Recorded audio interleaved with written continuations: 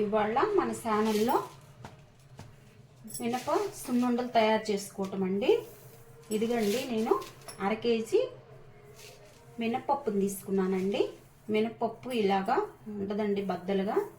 అవి శుభ్రంగా మట్టి గడ్డలు పీసులు ఏమీ లేకుండా చెరుక్కొని నీట్గా ఇలా పెట్టుకున్నానండి. ఇలా ఉంటాయండి బద్దలు. చక్కగా ఇవి కూడా బాగుంటుందండి సున్నుండలకి. ఇవి ఇలా కూడా చేయించుకోవచ్చు. చూద్దామండి అలాను. స్టవ్ వెలిగించి ప్యాన్ పెట్టుకున్నానండి. ప్యాన్ వేడెక్కినాక మనం ఎలా వేయించుకుందామో పప్పుని చూద్దామండి. ప్యాన్ వేడెక్కిందండి, తడి లేకుండా వేడెక్కిపోయిందండి. ఇప్పుడు తీసుకున్న మినపప్పు వేయించుకోవటానికి వేస్తున్నానండి. వేయించుకున్నాము.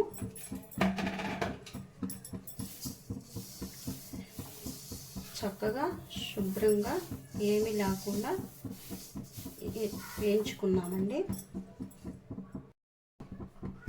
ఇవి ఏంటంటే వేయించుకున్నామండి. మందపాటి కళాయి పెట్టుకోవాలండి.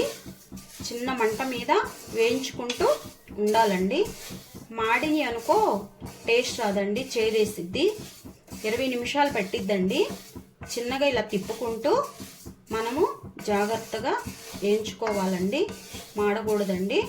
మాడిందనుకో టేస్ట్ రాదు, చేదుగా అనిపించిద్దండి. అడుగు కూడా నీట్గా పైకి కిందకి అనుకుంటూ వేయించుకోవాలండి. చూడండి మనకి ఇట్లాగా ఏగిపోయినాయండి. ఈ కలర్లోకి మారినాయండి. పప్పు త్వరగానే ఏగుతాయండి.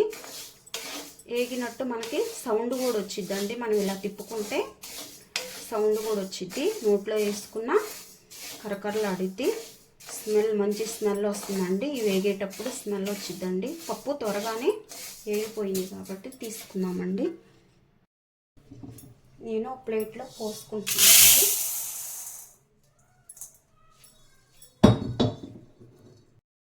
ఇవి కొంచెం చల్లబడ్డాక ఆరాలండి. వేడి మీద పట్టుకోకూడదు పిండి. కొంచెం చల్లబడ్డాక ఆరి చల్లగా వినాక కొంచెంసేపు ఆగుదామండి. అప్పుడు మిక్సీ పట్టుకుందాం.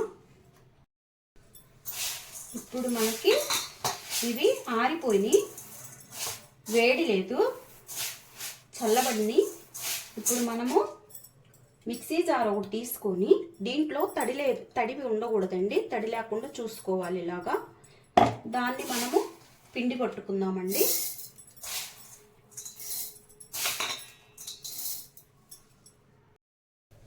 చూడండి, ఇదిగోండి పట్టినాక పిండి ఇలా వచ్చిందండి. మరీ మెత్తగా కాకుండా ఇలాగ కొంచెం బరపక మనం పట్టుకోవాలండి. ఎందుకంటే మెత్తగా పట్టుకుంటే మనకి నాలుగుకి చుట్టకపోయిద్ది కాబట్టి బరగ్గా పట్టుకుందామండి. పిండి ఇలా ఉండాలండి. రెండో టిప్ అండి. అది ఒకటి వేసాను, ఇది రెండోది తీసుకుంటున్నానండి. మళ్ళా కొన్ని ఉన్నాయి కదా మనకి, వాటిల్లో ఇదిగండి ఇన్ని బియ్యం తీసుకున్నానండి. బియ్యం వేస్తే బాగుంటుంది. కొంచెం తీసుకున్నానండి. చూడండి పిండి మనకి ఇలా వచ్చిందండి. చక్కగా అటు మెత్తగా లేకుండా ఇటు బరక లేకుండా పిండి ఇలా పట్టుకోవాలండి. ఇప్పుడు నేను 1/2 కేజీ పప్పుకి 1/2 కేజీ బెల్లం తీసుకున్నానండి. మీకు స్వీట్ కావాలి అంటే 1/2 కేజీ మనం వేసుకోవచ్చు. వద్దు స్వీట్ అనుకుంటే కొంచెం తీసేసుకొని దీంట్లో మనం కలుపుకోవచ్చు. నేను ఇప్పుడు ఈ జార్లోకి 2 స్పూన్ల పిండి వేసుకుంటున్నానండి. పిండి వేసుకొని బెల్లము తీసుకుంటున్నాను. బెల్లం మిక్సీ పట్టుకున్నాము.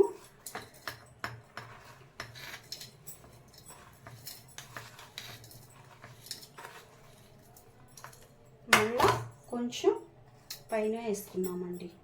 ఎందుకంటే ఈ బెల్లము చుట్టకపోయిద్దండి. పిండి వేసుకున్నామనుకో చక్కగా మొత్తం కలిసిపోయిద్ది, బాగుంటుంది. ఇప్పుడు చూడండి ఇలాగా బెల్లం వేసినాక నలిగిపోయిందండి.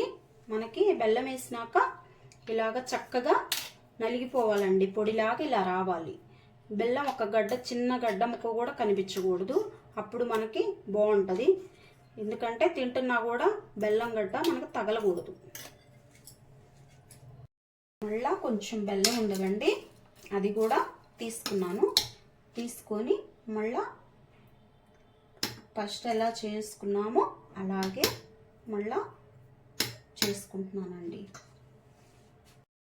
చూడండి, నేను బాదం పప్పు, జీడిపప్పు ఒక 10 తీసుకున్నానండి. ఇవి ఆయిల్ వేయకుండా వేయించుకున్నానండి. ఇవి కూడా వేసేద్దామండి. ఇదిగండి కొంచెము పొడి పిండి వేసేసాను. ఇవి కూడా వేస్తున్నానండి. మళ్ళా ఇదిగండి ఎండు కొబ్బరి తీసుకున్నానండి.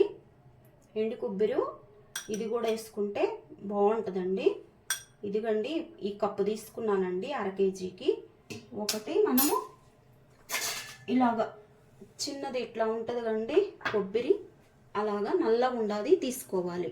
ఎర్రగుండాది వద్దు, నల్లగుండాది తీసుకొని నేను ఈ కొబ్బరి చిప్పంతా తీసుకొని ఇలాగా క్యారెట్ తురిమేదాంతో ఇలా తురుముకున్నా. ఇది కూడా మనం మిక్సీ పట్టేసుకుంటే అవి ఇవి కలిసిపోతాయి, టేస్ట్ బాగుంటుందండి మనకి కొబ్బరి వేస్తే. చూడండి, నేను ఎండు కొబ్బరి కూడా తీసుకున్నానండి. ఎండు కొబ్బరి వేస్తే బాగుంటుందండి టేస్ట్. క్యారెట్ తురుముతాం కండి, దాంతో తురుముకుంటే ఇలా పొడవుగా సన్నగా ఇలా వచ్చిద్దండి. ఎండు కొబ్బరి కూడా నేను వేసేసుకుంటున్నానండి. తురుము పట్టింది మిక్సీ పట్టుకున్నామండి. ఇదిగండి ఇలాగా నల్ల చిప్ప తీసుకోండి, ఎర్రది తీసుకోకండి. ఇంత క్వాలిటీ తీసుకుంటే 1/2 కేజీ పిండికి మనకి సరిపోయిద్ది. టేస్ట్ బాగుంటుందండి కొబ్బరి వేస్తే. చూడండి కొబ్బరి ఇలాగా నలిగిపోయిందండి. మనము జీడిపప్పు, బాదం పప్పు, కొబ్బరి నలిగిపోయిందండి. నేను ఇదిగండి యాలకులు 10 యాలకులు తీసుకొని ఇలాగా ఇదిగోండి ఇలా పెట్టుకున్నానండి. 10 యాలకులు వేసుకొని మనం ఇవి కూడా పట్టుకున్నామండి.